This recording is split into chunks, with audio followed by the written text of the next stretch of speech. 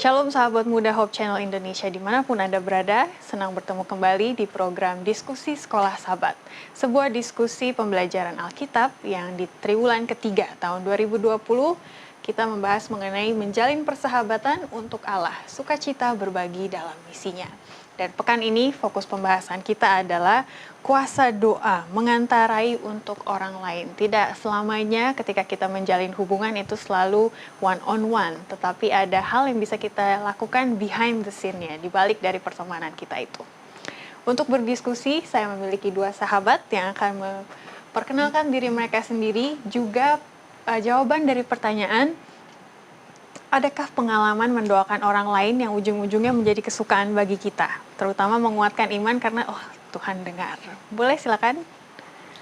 Shalom, nama saya Norman Tambunan dari Jemaat Jamrut. Doa kepada orang lain lalu dijawab Tuhan itu pernah waktu itu mendoakan teman sedang sakit. Maksudnya karena dia kecelakaan waktu itu. Terus kebetulan saya dan yang lain tuh nggak bisa jangkau. Tapi ya Tuhan jawab doanya, dia bisa terselamatkan. Dia bisa sampai sekarang masih sehat. Jadi Tuhan masih sehat, masih bergaul gitu. Iya, karena mungkin pada waktu itu bingung ya, ini bakal oke atau enggak. Jauh di mana? Kami di Jakarta pada itu. itu. Betul. Puji Tuhan, mata Tuhan ada di mana-mana ya. Bagaimana dengan Pendeta Leroy Pakpahan, seorang gembala jemaat di Jakarta? Shalom Pendeta. Shalom. Pendeta banyak berdoa nih. Iya, hanya itu andalan ya. Hanya itu andalan ya. Ngomong atau ngobrol dengan Tuhan. Iya. Ini baru-baru ini ya, selama musim masa pandemik ini, ada yang sakit. Kita tahu banyak yang sakit. Betul. Ya, jadi ada secara khusus satu orang anggota yang sakit, ya jauh juga. Lalu kemudian kita menyampaikan permohonan doa. Bahkan ini kita sebar kepada anggota gereja untuk mendoakan dia secara khusus. Nah, saya juga kemudian terpikir, bukankah baik juga untuk memberitahukan dia bahwa kami berdoa, ya, artinya jemaat berdoa. Dan ya benar, dia kritis ya, dia kritis dalam keadaan kritis ya. Dan puji Tuhan, dalam beberapa hari ke depan kita dapat kabar improve. Wow. Puji Tuhan. Saya percaya ini doa orang-orang yang percaya ya. Tidak ada artinya sesuatu ambisi yang kita mau kejar, hanya untuk kesejahteraan orang ini. Ya, terima kasih. Amin. Terima kasih. Kita akan memulai dengan membaca ayat inti dan doa buka dari Norman. Mengikuti kita terdapat dalam Yakobus 5 ayat yang ke-16, karena itu hendaklah kamu saling mengaku dosamu dan saling mendoakan supaya kamu sembuh. Doa orang yang benar bila dengan yakin didoakan sangat besar kuasanya. Kita berdoa. Bapa dalam surga, kami mengucap syukur berterima kasih atas hiburan yang pada saat ini. Bapa, kami siap untuk mendiskusikan sekolah sahabatmu. Kiranya kami diskusikan merupakan berkat bagi orang yang mendengarkan ya Bapak. Bapak, kami juga telah ada pendeta di sini yang akan membimbing kami. Kiranya Engkau berkati kepada pendeta ini kebijaksanaan dan surga agar dapat membimbing diskusi ini sesuai dengan kehendak-Mu saja, Bapak. Kami akan kesalahan kami dalam nama Yesus berdoa. Amin. Amin. Yakobus 5 ayat 16 itu ayat kesukaan banyak orang ya. Bila dengan yakin didoakan besar kuasanya katanya. Unik di pendahuluan disebut mengenai kisah 4 ayat 31. Kita tahu kisah 4 ayat 31 itu kisah-kisah sebelum Pentakosta ya. Ruang upper room itu jadi bergetar setelah para murid-murid berdoa. Dan ada dua hal yang dikaitkan dengan doa, tiga hal. Bahwa pertama, doa itu tidak lepas dari Roh Kudus, dan oleh karena ada Roh Kudus maka ada kuasa. Itu keyword yang kedua. Keyword yang ketiga adalah doa akan membuat pemberitaan firman Allah berjalan maju. Jadi itu 3 keyword yang akan kita ulang-ulang selama pembahasan dalam 1 minggu ini. Apa manfaatnya ataupun apa komponennya ketika kita berdoa? Yang pertama, bagi diri kita, ketika kita mencari Allah dan menjadi perantara bagi orang lain, sebenarnya Allah juga bekerja di dalam hati kita. Mendekatkan kita kepadanya dan memberi hikmat. Nah, ini salah satu doa kita setiap hari ya, Tuhan tolong berikan hikmat.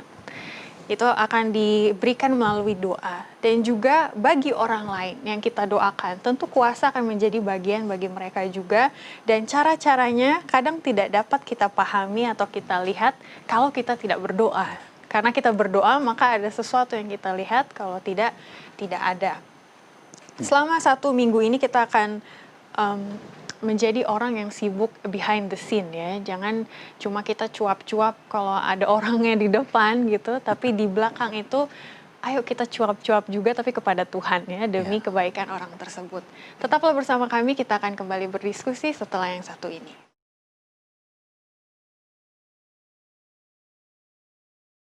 Dalam membangun fondasi argumen kita terhadap pentingnya doa di dalam menjalin hubungan kepada orang lain juga ya, mengantarai, kita perlu mundur jauh sekali ke awal permulaan perseteruan di surga ya, dari antara Allah dan juga setan. Apa pentingnya kita memahami konsep itu sehingga kita tahu peran doa tuh pentingnya di situ tolong Norman. Ya, hari Minggu ini kan tadi seperti Kak Ivy bilang bahwa dia mundur agak jauh gitu kan. Bahwa di dunia ini ada namanya konflik kosmos gitu ya. Konflik kosmos di mana, atau konflik kosmik lah. Di mana surga atau Tuhan Yesus itu sedang berperang dengan si iblis ini, si Lucifer ini. Nah, yang jadi perkara adalah kan konflik ini kan tidak terlihat langsung. Tapi bisa dirasakan.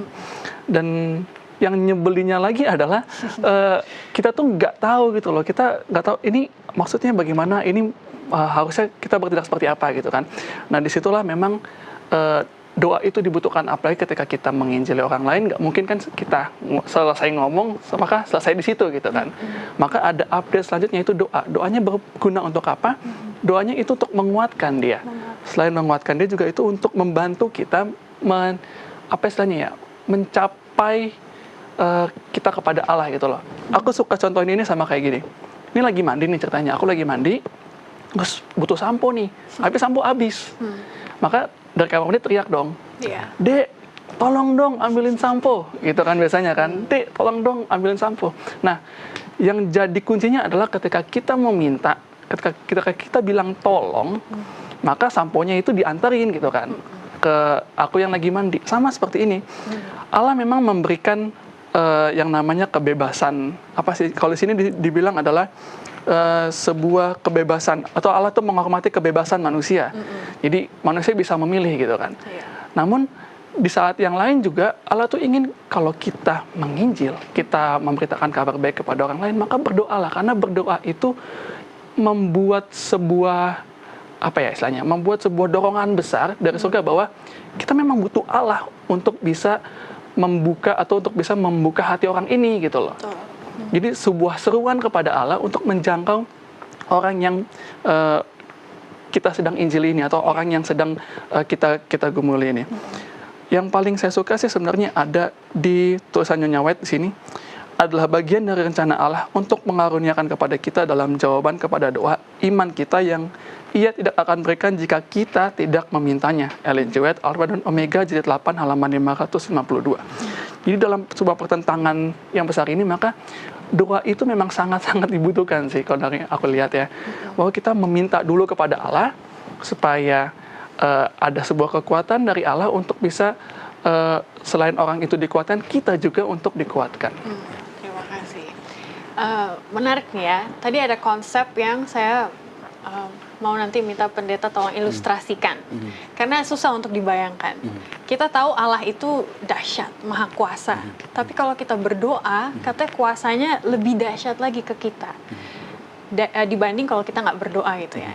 Tolong diilustrasikan pendeta melalui cerita atau gambar atau bagaimana. Supaya kita bisa mengerti peran doa, katanya kayak kunci yang membuka storage of heaven gitu ya, gudangnya surga, nggak tahu isinya apa, langsung gitu, asal kita berdoa gitu. Silakan. Iya, nah, sebenarnya itu sudah jadi ilustrasi. Iya juga ya. Tapi artinya gini, seperti konsep yang dari awal sudah disebutkan bahwa Allah bukanlah tipikal Allah untuk memaksa orang. He is ready, always. Masalahnya dia kan nggak bisa paksa orang, ya, mau ini minta begini, dia nunggu ya. Tapi dengan impresi-impresi yang dia buat, membuat kita pada akhirnya sadar bahwa kita butuh itu. Lalu kita berdoa. Nah begitu kita berdoa, bayangkan apa yang terjadi. Berarti kita ready. Jadi sebenarnya saya lebih suka untuk katakan, ya artinya di satu sisi katakan bahwa itu membuka gudang perbendaharaan sorga ya. Tapi di waktu yang sama sebenarnya itu sebenarnya membuka saya. Hati saya untuk I'm ready. menerima. I'm ready. Karena Allah selalu ready, tapi saya nggak ready. Tapi begitu saya berdoa, nah itu satu kesempatan bagi Allah. Berarti celah terbuka. Orang ini siap masuk. Terima kasih. Artinya kuasa Allah memang dahsyat, luar biasa. Nggak usah diminta juga, memang sudah dahsyat. Iya. Cuman dalam realita pengalaman saya pribadi, butuh saya juga untuk apa? Untuk bersedia. Salah satunya saya berdoa. Iya. Kan begitu. Nah, ada satu lagi yang saya rindu entertain di sini mengenai Allah dalam doa ya. Jadi dalam kaitannya dengan doa. Nyatanya kan Allah ini oknum yang dahsyat. Ada Yesus Kristus dan lawannya ada. Seperti yang Norma tadi Iblis, katakan, ya. ada lawannya. Masalahnya sekarang adalah ketika kita berdoa itu menyatakan ya, mengindikasikan bahwa kita sadar bahwa kita sedang ada dalam pertarungan antara yang dua ini. Dan pertarungan itu juga salah satu ada di mana? Dalam pikiran kita. Jadi mereka berebut kuasa, artinya berebut pengaruh ya kepada pikiran kita. Medan perangnya di kita ini. Hanya masalahnya begini, saya hanya mau tekankan, karena kita berbicara berdoa, hati-hati untuk tidak menyamakan doa dengan seperti ini. Karena ada ritual orang. Karena psikolog juga mengajarkan kepada kita untuk sering mengucapkan sesuatu kepada diri sendiri agar kita sukses. Misalnya, kamu bisa, kamu bisa, kamu bisa. Nah, banyak orang treat doa itu seperti itu. Jadi kamu bisa. Jadi sebenarnya dia, dia sebut nama Tuhan, tapi sebenarnya dia bukan berdoa untuk Tuhan. Dia berdoa kepada Tuhan, tapi dia berdoa kepada diri sendiri. Iya. You are capable, karena kau bisa. Ada di TV ya. Iya. Jadi kamu bisa. Jadi jangan sampai ke sana ya. Secara mental memang kita bisa membuat sesuatu yang luar biasa dalam diri kita oleh karena kita mengatakan sesuatu yang positif untuk kita diri sendiri. Tapi doa tidak seperti itu. Jadi doa ini adalah karena kita sadar seperti pelajaran hari Minggu. Ya, sadar bahwa ada dua kuasa yang sedang bertentangan. Bukan saja di sorga pertama-tama, bukan saja di luar kita, di udara yang lain, tapi juga dalam pikiran kita, dalam diri kita. Maka kita berdoa karena kita sadar itu. Dan kita tidak mau kita terbabit gara-gara kita tidak sadar ya. Justru orang berdoa ternyata jadi malah tidak berdoa ya. Karena apa? Dia berdoa. Ya seperti tadi, psikologi sebenarnya. Iya. Oke, jadi itulah pentingnya kita membahas mengenai konflik kosmos. Kita akan lanjut, tetaplah bersama kami. Di pelajaran hari Senin, kita mulai berfokus pada pentingnya doa dalam keefektifan pelayanan. Atau balik kepada tema besar dari pelajaran sekolah sahabat kita kali ini, ketika kita menjalin hubungan kepada orang lain untuk memberitakan pekabaran Injil ini, kita perlu efektif juga, ya kan, dalam relasi kita.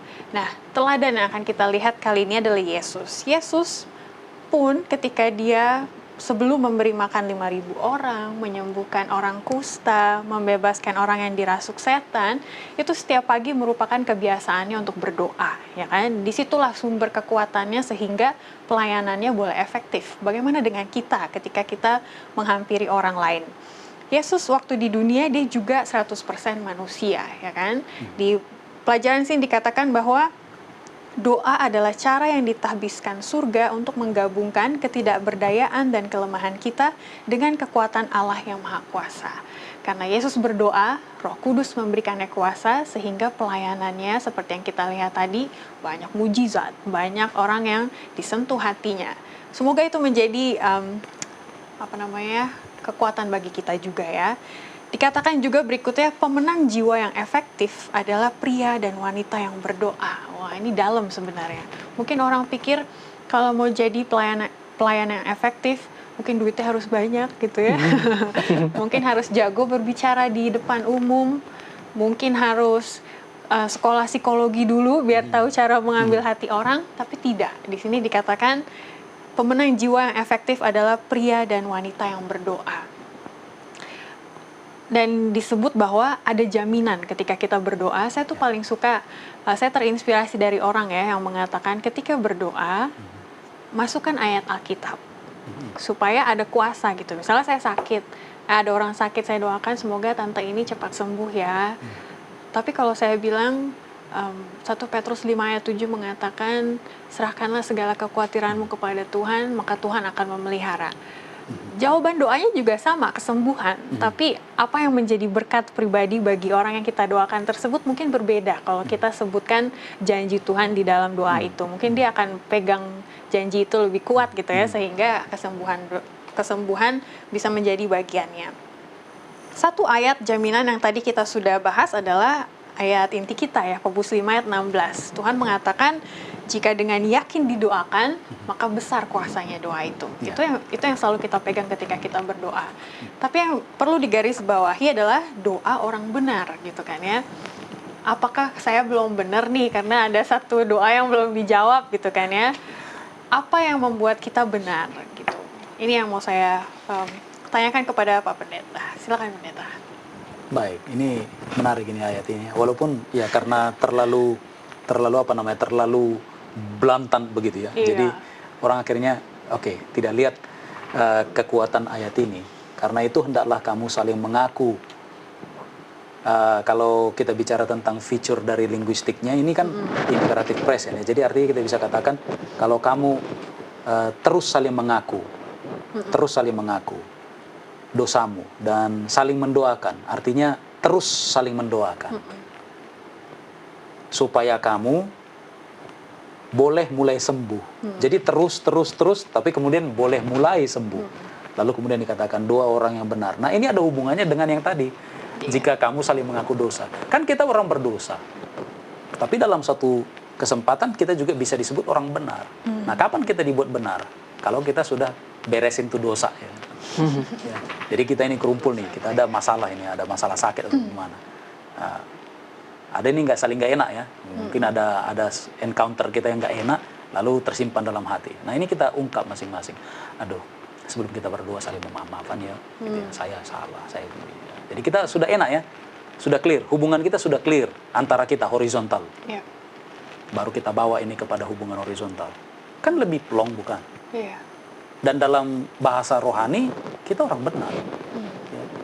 Ya walaupun mungkin tetap masih dibilang kita masih orang berdosa ya, tapi artinya dalam saat itu kita orang benar karena segala persoalan sudah kita selesaikan. Dan inilah yang menjadi prosedur ketika orang meminta peminyakan bukan. Iya. Jadi panggil keluarga saling memaafkan. Jadi bukan antar mereka saja.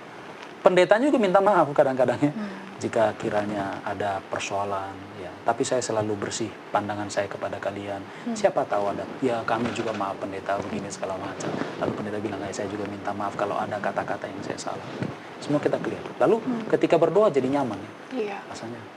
Jadi antara saya dengan Tuhan saja gitu ya, nggak ada kendala yang.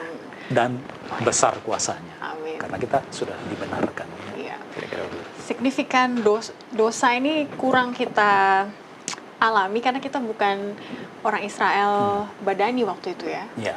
Pentingnya semua harus mengakui, kalau enggak imam besar di dalam mati itu nanti kalau ketemu Tuhan gitu kan.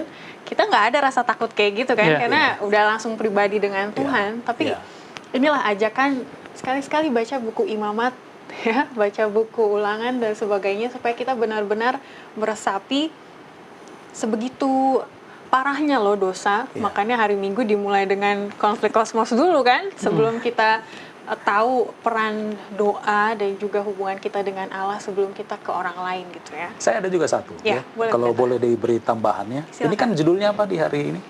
Yesus pendoa syafaat yang sangat berkuasa. Nah, waktu kita hubungkan judul ini dengan ayat misalnya Lukas 22 ayat 31 34 di mana Yesus berdoa agar iman Petrus tidak gugur. Dia ngomong seperti kita biasa ngomong, aku mendoakan engkau Petrus supaya kau nggak gugur imanmu. Rasa itu ada sesuatu yang aneh di sana? Enggak sih, karena kita tahu Yesus kenal Petrus kecenderungannya. Enggak, masalahnya kita mengenal Yesus kan siapa? Oke. Yesus kan kalau anak-anak ya, kalau kita di sekolah sahabat anak-anak seringkali diajarkan guru-guru ngajar begini. berdoa ya, oke berdoa. Tuhan Yesus gitu ya, Tuhan Yesus. Dia kan, tapi ini Yesus bilang aku berdoa. Maksudnya gimana? Yesus berdoa. Yesus pun berdoa. Artinya ini aku nih, aku minta tolong kepada Tuhan, kepada Bapa. Ya. Nah, itulah sebabnya Yesus juga mengajarkan pola. Aku berdoa kepada Bapa melalui Yesus Kristus atau dalam nama Yesus. Jadi bukan berdoa kepada Yesus, karena Yesus di situ pengantaranya. Kan begitu. Oke. Dan di situ Yesus katakan, aku berdoa untukmu ya katanya. Bukankah saya minta tolong kepadamu Yesus? Ya, tapi saya pengantara. Dia ada di dunia ini, dia menjadi pengantara kita. Dia mau bawa semuanya untuk kebaikan kita. Itulah peran kita sebagai pengantara juga seperti Iya. itu ya. Kita ke Allah Bapa untuk menjadi berkat atau saluran berkat kalau Sekolah Sahabat ini mengatakan bagi orang lain. Tetaplah bersama kami.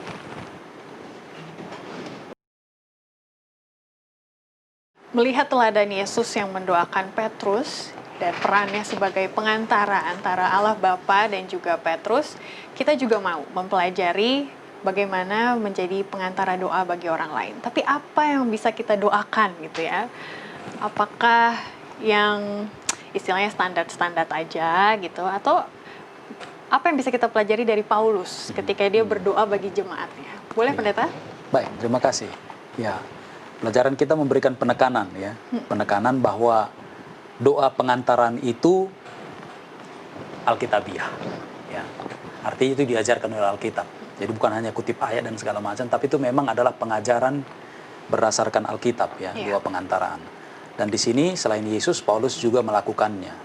Dia melakukannya bagi para petobat baru, melakukannya juga bagi teman sepekerjaannya, mendoakan juga pendeta-pendeta muda kalau dalam bahasa sekarang ya. Iya. Nah, dalam Efesus 1 ya 15 sampai 21 di sini kita lihat bahwa Paulus mendaftarkan permintaan doa ya bagi anggota jemaat di Efesus. Di mana salah satu adalah yang paling dia khususkan ya. Hanya dua sebenarnya disebut di sini, tapi salah satu khusus ya. Apa yang dia mintakan adalah memberikan roh hikmat dan wahyu untuk mengenal dia. Dia di sini adalah Allah ya. Kita bisa bandingkan dengan berbagai ayat ya. Jadi mendapatkan hikmat ya untuk mengenal Allah dengan benar dan memahami pengharapan dalam panggilannya. Nah, saya juga tertarik dengan yang disebutkan dalam Filipi. Tadi di Kolose, sekarang di Filipi, pasal 1 ayat 3 sampai 11 ini ya. Kita merasakan ada tone ya, ada apa namanya? Nada dan juga konten dari doa Paulus yang sengaja dibagikannya. Jadi bukan hanya didoakannya secara pribadi, tapi juga di-share-nya di mana? Di tulisan Di surat itu ya. Contohnya tone-nya ya, rasa syukur. Ini kita bahagia ya membaca Rasul Paulus ini kalau kita menempatkan diri kita seperti salah seorang anggota dari jemaat Filipi ya. Dia berbahagia karena dia katakan sang rasul bersyukur kepada Allah setiap kali mengingat kamu, mengingat anggota. Ini kalau rasul bilang kan setiap kali saya ingat kamu, saya susah loh. Ini enggak, dia bersyukur ya. Lalu kemudian isi doanya, apa isi doanya? Semoga kasih jemaat makin berlimpah. Saya ada rasa ya, ada rasa seperti ini menyatakan karena kamu ini nopang biaya penginjilan. Filipi jangan pernah lupa ya. Ini Filipi bukan jemaat yang paling kaya sebenarnya. Ada banyak jemaat yang lebih kaya. Tapi justru Filipi inilah yang terlihat jelas dalam surat Paulus untuk jemaat Filipi, jemaat yang paling banyak kontribusi kepada pelayanan Filipus. Paulus ya. Luar biasa. Lalu kemudian ada isi kesaksian. Dan itu diceritakan ya dalam suratnya. Dikatakannya bahwa pemenjaraannya justru malah membuat orang lain semakin berani menginjil. Jadi ada banyak orang ambil ekstrim ya, katakan, oh kalau begitu lebih baik saya masuk penjara supaya orang makin berani. Tapi ini kesaksiannya. Jadi dia share sesuatu dalam. Jadi gini, walaupun dalam penjara saya bersuka cita. Kenapa? Ini efeknya baik loh, luar biasa ya. Orang jadi nggak takut lagi. Yang tadinya takut-takut, Paulus aja di penjara. Kita jadi berani loh. Ayo kerja untuk Tuhan. Bukan supaya di penjara, bukan. Tapi maksudnya kita jadi lebih bersemangat melihat ada orang menderita ya. Dan itu yang kita rasa luar biasa dalam pengalaman Rasul Paulus. Nah, dan ada dipenuhi janji ya, doa itu dipenuhi janji, dipenuhi kasih, diminta juga pengetahuan, dimintakan pengenalan ya agar kiranya jemaat ini bisa semakin mengenal Allah yang benar ya. Jadi doa pengantaran yang dilakukan oleh Paulus kira-kira berputar di situ ya. Ya, walaupun dia juga ingin agar jemaat sejahtera dan yang lain, tapi ada yang spesifik, yang sangat, jadi gini, listnya itu prioritas. Bahwa pengenalan akan Allah yang benar, pengenalan akan Yesus Kristus, pengenalan akan janji yang diberikan oleh Tuhan kepada kita. Kita ini mau dibawa kemana? Kira-kira begitu. Itu yang dia mintakan. Ya, nggak salah meminta doa untuk materi barangkali. Ya. Tapi artinya jangan lupa ini. Ini core-nya ya. Kalau sempat ini jadi lupa, ya akhirnya ginilah. Kita mendoakan segala sesuatu yang materi, yang pada akhirnya membawa kita kayaknya nyaman ya terus di dunia ini. Di sini aja ya. Karena doanya hanya di sini kan begitu. Nggak ke sana ya. Investasi doanya nggak ada yang di sana ya. Yang penting sejahtera di bumi. Kita selamat saja di sini. Nggak pernah nyambung sampai ke surga. Saya mau hidup Nyaman di surga. nyaman di surga. Ya. Saya mau hidup kekal. Ya. Saya mau bahagia bersama dengan keluarga, bersama dengan teman, sahabat, semua yang saya bisa jangkau ya demi Tuhan. Saya jadi berpikir ya setelah mendengar penjelasan pendeta, kapan terakhir saya tuh seneng didoain orang karena kata-kata yang didoakannya gitu. Melebihi semoga Ivy pinter, semoga Ivy selamat dalam perjalanan. Ada kata-kata yang kalau saya boleh share ya, mungkin Norma sama pendeta juga boleh sambil mikir nih, pernah didoakan apa yang sangat menyentuh hati, yang bukan tentang kesehatan atau kepintaran atau kesuksesan gitu ya. Waktu itu saya pernah didoakan, dia seorang pendeta nih mengatakan, dia pendetanya tahu saya dari kecil, jadi kan beda ya doanya kalau orang tahu saya ya. Dia bilang, Ivy sudah Tuhan tempatkan di Australia, malah jadi tahu penginjilan seperti apa daripada waktu di Jakarta ya kan. Jadi ketika dia kembali ke Jakarta, tolong Tuhan pakai kepintarannya atau skillnya untuk masuk ke highways. Kan Ellen White ada tulis tuh bahwa penginjilan itu jangan cuma ke orang miskin, orang-orang yang menengah ke bawah, tapi kan susah juga kita menjangkau orang-orang yang menengah ke atas kan dengan segala kesibukan dan juga fokus materinya dan lain-lain gitu. Jarang orang yang katanya sukses menginjil di perkantoran karena udah pada sibuk dengan keluarga masing-masing, dengan karir masing-masing, kapan mau memberitakan firman Tuhan. Nah, waktu pendeta itu doakan, jadi saya jadi terbakar gitu hatinya. Oh iya, saya ada tempat nih di perkantoran gitu kan. Biar Ivy masuk di situ, biar membuat satu perubahan. Itu sangat meneguhkan hati gitu, bahwa wah orang lain aja lihat nih potensi saya di mana gitu. Kalau Norman pernah nggak didoakan yang bikin hati teguh gitu, beda sendiri? Pernah sih, ada satu doa yang buat kayak mungkin bukan lebih teguh, tapi lebih kayak ternyata saya tuh ada di sini loh kemampuan saya gitu. Jadi dan ya sampai sekarang sih puji Tuhan bahwa kemampuan saya emang dipakai untuk melayani gitu aja sih. Ini pendeta, afirmasi ya, doa affirmation ya, bukan doa hanya doa berkat, tapi kayak meneguhkan kamu tuh talentanya ya gitu. Pengutusan. Iya betul. Kalau untuk pendeta kita lanjut ke hari berikutnya ya. Pendeta boleh tahan dulu setelah yang satu ini.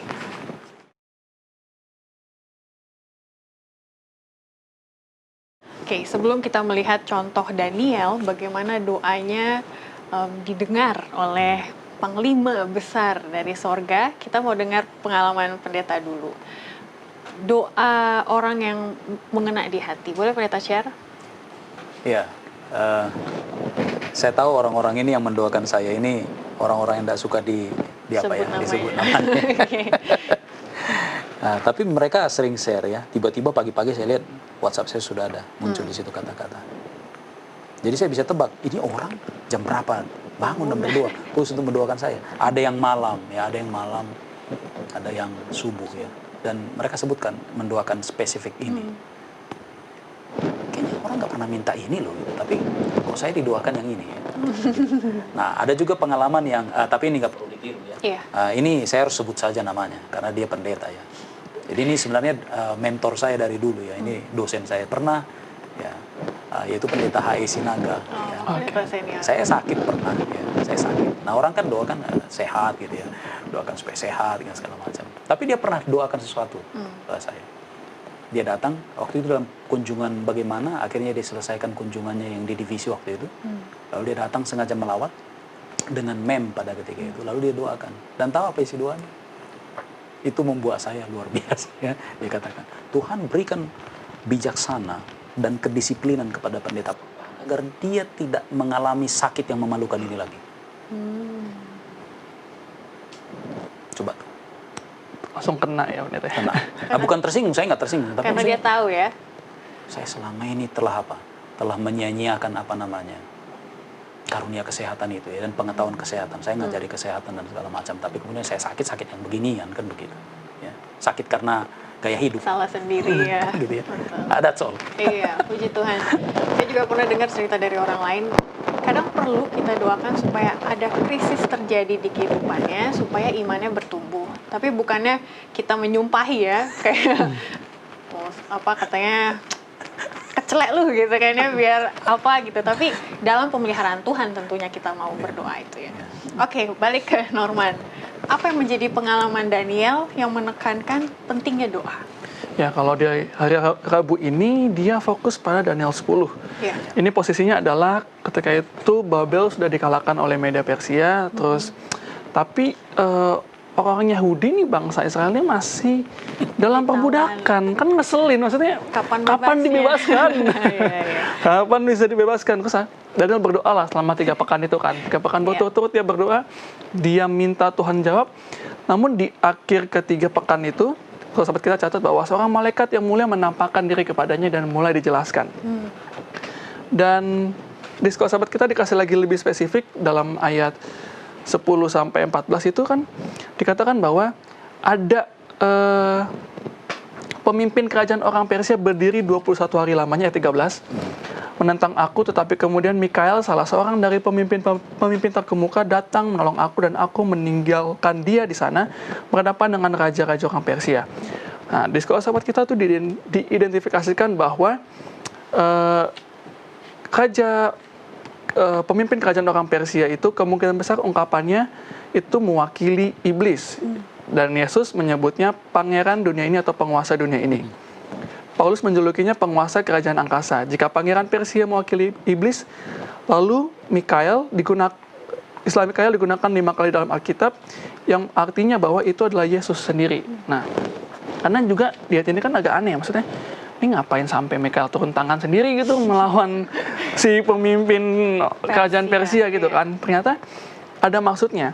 Jadi dari yang aku tangkap bahwa ketika kita berdoa, ketika Daniel berdoa itu ada satu kuasa lain yang mencoba untuk menghalangi doa-doa tersebut.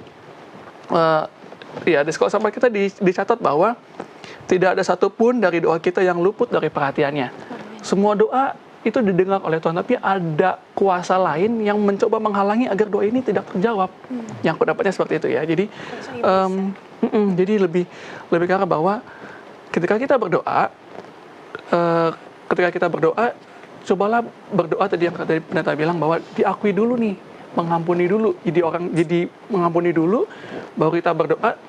Dan juga doanya itu bukan langsung berharap ini langsung dijawab nih, enggak. Tapi berdoalah agar doanya itu terjawab sesuai dengan waktunya Tuhan, seperti itu. Iya, tadi kita lupa mention ya, kalau ngomongin Paulus, sebenarnya disitulah inspirasi doa ACTS ya kan, surat-suratnya kan, diikutin tuh dari memuji Tuhan dulu, baru dia bersyukur, dia tahu juga dia salahnya apa, baru dia berdoa bagi jemaatnya ya. Dan melihat pelajaran hari Rabu, saya makin klik nih, kenapa hari Minggu kita harus bahas konflik kosmos, ya kan? Karena yang namanya doa ada kuasa lain yang berusaha supaya berkat itu tidak turun, gitu ya. Dan Tuhan nggak diam saja, dia panglima perang. Segala sesuatu yang berbicara mengenai iblis atau dosa, dia siap untuk melawan hal-hal itu. Pendeta, ada yang mau ditambahkan? Ya, realitanya menarik ini. Dan saya mau katakan Daniel pasal 10 ini jarang dibahas untuk bicara tentang doa, ya, doktrin doa. Tapi ini memberikan semacam tambahan, memperkaya pengetahuan kita yang selama ini telah mendapatkan pengetahuan tentang doa. Karena begini, doa itu sudah dijawab dari sejak pertama. Itu yang disebutnya. Jadi Daniel pasal 10 dikatakan bahwa Daniel, kamu itu orang dikasihi ya. Dan dari sejak hari pertama engkau berniat untuk mendapatkan pengertian, itu sudah dijawab ya. Hanya masalahnya begini, ini malaikat sedang bertarung ya menghadapi setan. dalam bahasa tadi sudah dijelaskan Roman, bertarung dengan setan. Lalu kemudian dijawab, kan artinya gini, idenya bahwa ini malaikat harus kasih tahu dong, atau harus kerjakan itu. Apa yang dikerjakan, apa yang dipohonkan oleh Daniel adalah minta, ini gimana nih Tuhan, kok ini kan hanya 70 tahun sebenarnya. Yeremia pasal 25 itu jelas memberitahukan bahwa 70 tahun. Tapi ini sudah berakhir.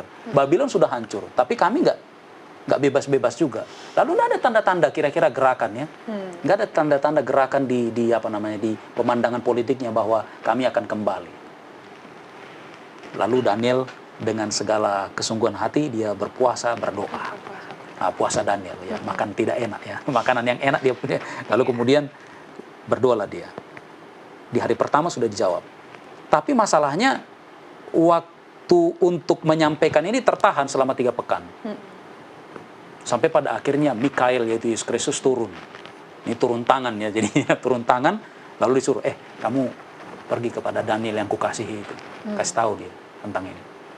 Lalu dilakukan. Dan apa yang terjadi? Setelah itu kan kita dengar ceritanya bahwa situasi politik berubah drastis. Tak diduga-duga bagaimana pada akhirnya Yehuda itu bisa kembali ke daerahnya. Puji Tuhan. Dan itu pekerjaan kosmik. Artinya pekerjaan roh ya. Ada setan yang menahan senantiasa untuk menahan agar tidak terjadi nubuatan itu. Tapi ada Tuhan ya, ada Tuhan, ada Yesus Kristus yang melakukan. Karena dia sudah mengatakan. Iya, kalau ada Allah di belakang kita, siapa yang berani lawan kita ya. Tetaplah bersama kami, kita akan kembali lagi.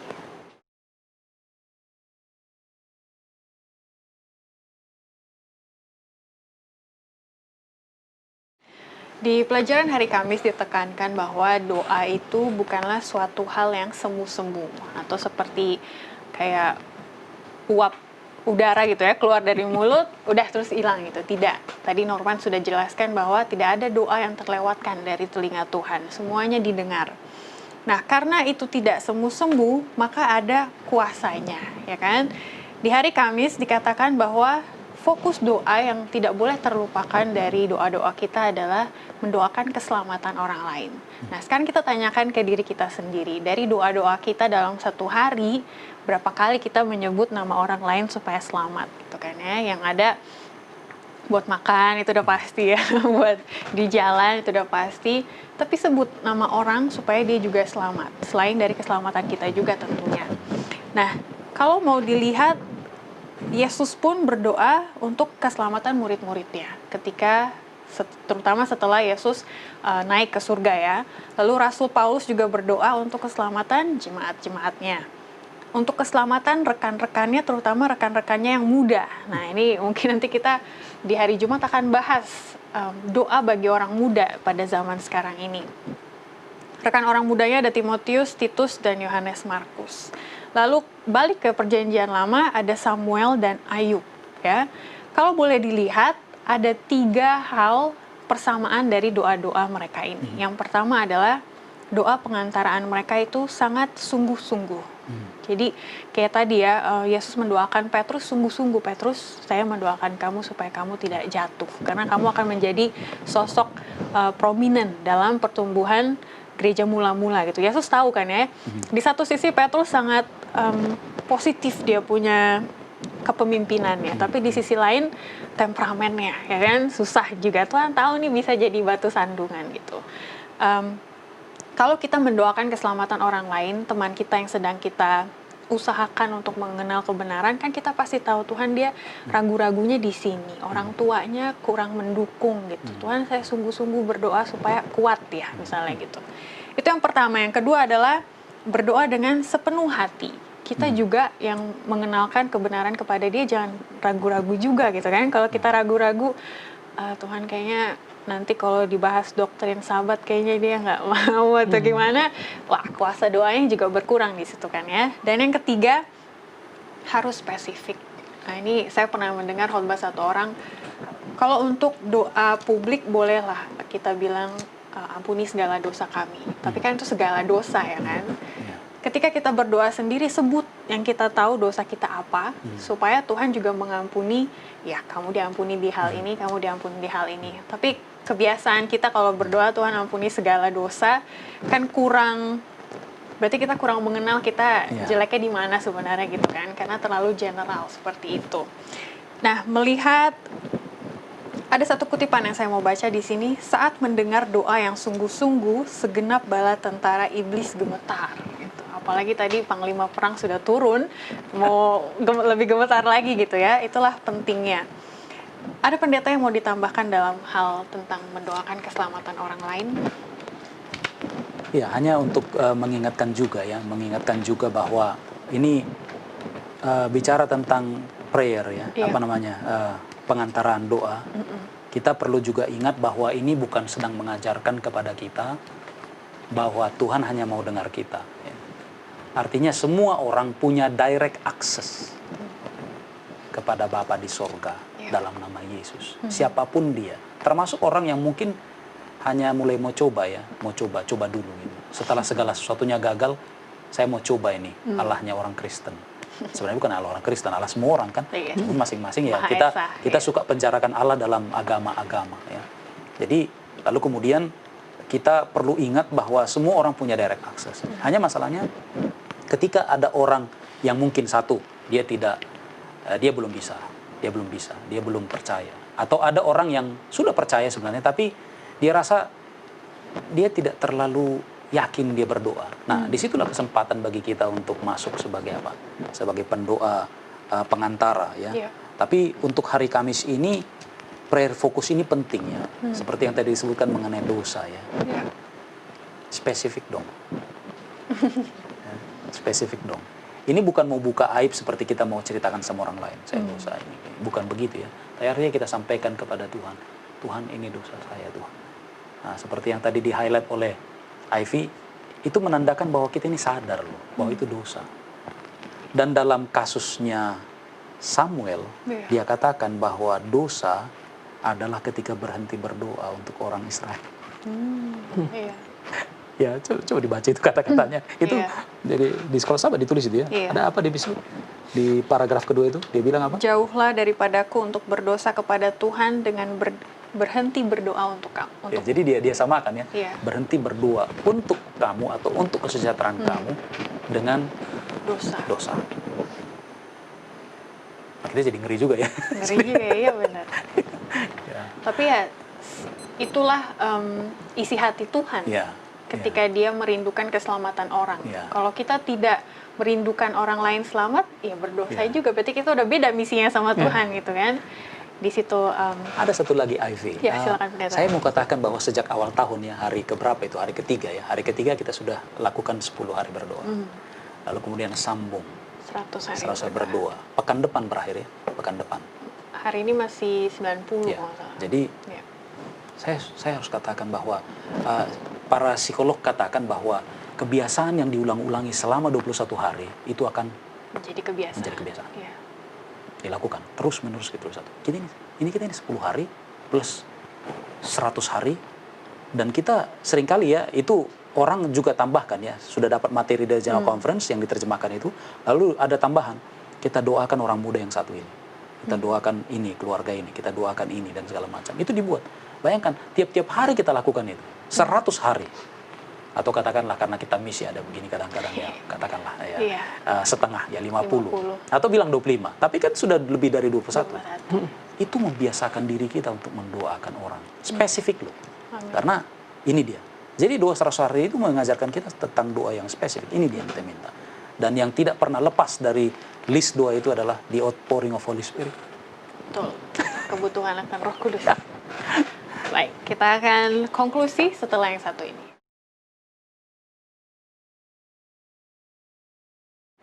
Di penutup dari pembahasan sekolah sahabat kita di pekan yang keempat ini, kita mau mendengarkan penekanan dari pendeta dan juga mungkin tolong semangati orang muda ini yang sambil kita tahu kita berada di misi ya kan, kemanapun kita berada kita harus jadi terang. Tapi di luar dari pertemuan kita secara fisik ataupun secara tatap muka, kita juga harus ingat pentingnya berdoa bagi orang yang kita temui itu. Boleh silakan pendeta.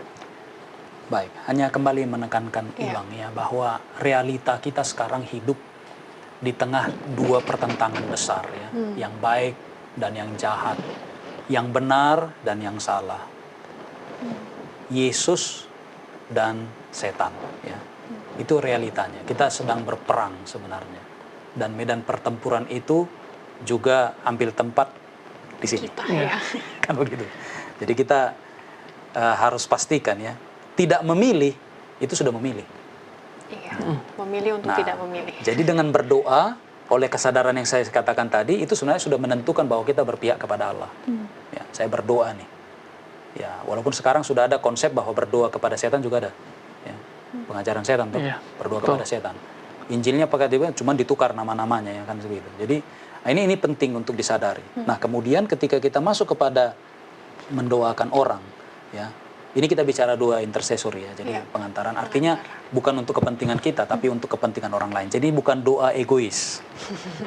Beda Nah, topik. tapi jangan bilang karena saya berdoa untuk saya jadi egois, ya enggak gitu. Tapi maksudnya doa kita itu sudah ada ranah yang lain ya. Jadi bukan hanya untuk kita, tapi juga untuk orang lain ya.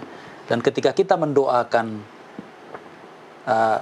dalam tanda petik ngobrolin kepentingan orang lain kepada Allah, bukan kepada manusia, Allah akan bertindak. Nah ya, jadi artinya doa iman ini menempatkan diri kita untuk kesejahteraan orang lain ya. Lalu kemudian kita juga penuh penyerahannya. Dan jangan artinya gini, karena di pelajaran sebelumnya sudah dikatakan bahwa kita tidak bisa tentukan spesifik ya, karena ada kutipan dari Ellen White katakan doa iman tidak akan pernah raib, namun untuk meminta bahwa itu akan selalu dijawab dalam cara dan bagi hal khusus yang kita harapkan, itu adalah apa namanya? Kepongahan ya, kesombongan, kelancangan ya. Itu artinya ya. Jadi jangan pula seperti itu. Kita sadar bahwa Tuhan punya cara tersendiri, lebih baik daripada yang kita pikirkan ya. Tapi kita mendoakan spesifik. Saya minta ini Tuhan untuk orang itu. Karena saya lihat itu kebutuhannya. Nah, caranya Tuhan dan kapan itu terserah kepada Tuhan ya. Kita hanya total surrender. Ini saya Tuhan. Saya mau sampaikan doa ini untuk kepentingan orang itu. Dari Norman ada yang mau ditambahkan terakhir?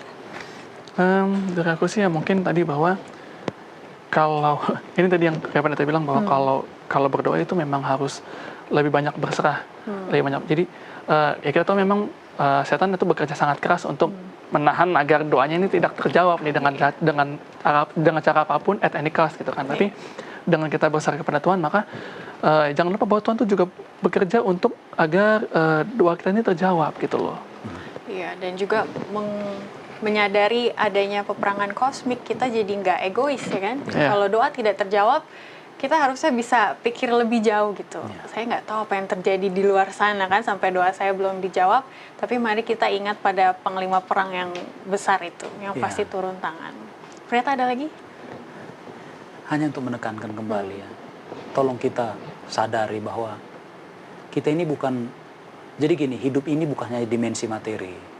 Yang kita lihat ini sekarang, kita ini tubuh darah dan daging ya. Ini benar ya, ini Alkitab ajarkan kepada kita bahwa ini hidup ini juga, ini kita dikelilingi dengan roh gitu ya. Nah, saya bukan mau cerita hantu ya, bukan maksudnya roh ya. Entahkah itu roh baik, entah roh jahat ya. Entah itu malaikat baik atau malaikat yang sudah jatuh. Ada setan dan ada Allah. Iya. Hanya memang sekarang ini orang ya karena kita pakai rasio ya. Rasio yang pada akhirnya jadi kita ndak rasio ya. Mengatakan bahwa sebenarnya setan itu hanya buatan agama itu. Ya. Dan itu yang pada akhirnya membuat doa kita itu tidak berdasarkan pengetahuan yang benar. Ya. Jadi ada banyak kan katanya orang, umatku binasa karena tak berpengetahuan. Termasuk ini masalah doa ini. Ya. Jadi dia doa padahal jadi sugesti ya. Seperti itu, kamu bisa, kamu bisa. Jadi tapi dia bilang Tuhan, ya Tuhan buat aku bisa, Tuhan aku bisa. Padahal maksudnya Tuhan itu udah dia. Jadi saya bisa. Kalau saya berpikir saya bisa, maka saya bisa. Bukan, itu bukan masalah ke situ ya, tapi ini doa yang memang total surrender bahwa dia akan berkuasa bagi kita. Nah itu kesadarannya. Jadi saya tidak bisa berkuasa apa-apa karena lawan saya ini beda dengan saya. Kalau saya bisa dia tusuk, saya nggak bisa tusuk dia. Nah bagaimana caranya? Ya saya harus minta yang sama dengan dia, atau si penciptanya ya, untuk bisa menahan saya agar saya jangan ditusuk. Kira-kira begitu. Ya. Amin. Untuk terakhir saya mau bacakan di hari Jumat, tidak ada satu doa yang tulus yang hilang. Kita mungkin tidak selalu melihat jawaban langsung pada orang-orang yang kita doakan, tetapi Tuhan menggerakkan hati mereka dengan cara yang hanya akan kita ketahui kelak dalam kekekalan. Jadi tetaplah percaya bahwa kita tidak sendiri dan kuasanya lebih besar dari apa yang kita bayangkan dan juga miliki. Kita akan bertemu kembali di minggu depan untuk menguatkan iman kita. Tuhan memberkati kita semua.